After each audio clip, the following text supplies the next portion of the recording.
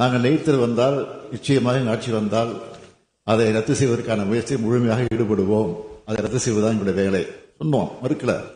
நம்முடைய ராகுல் காந்தி அவர்கள் கூட உறுதியளித்திருந்தார், இந்தியா கூட்டணி ஆட்சிக்கு வந்தால் நிச்சயமாக நீட் தேர்வு ரத்து செய்யப்படும் என்று. ஆட்சிக்கு வரல.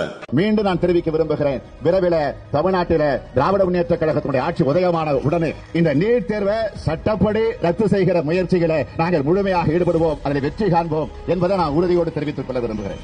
நம்முடைய தலைவர் தெளிவாக சொல்லிட்டார், திராவிட முன்னேற்ற கழகம் ஆட்சிக்கு வந்ததுன்னா கண்டிப்பா நீட் தேர்வு ரத்து செய்யப்படும். எங்களுக்கு தெரியும் எப்படி ரத்து பண்ணணும்னு, நம்ம தலைவருக்கு தெரியும்.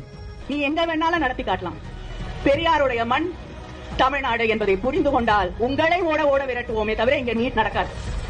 நீட்டை மாத்த முடியாது, வந்துருச்சு, இனிமேல் என்ன செய்ய முடியும் என்று கேள்விகள் எழலாம்.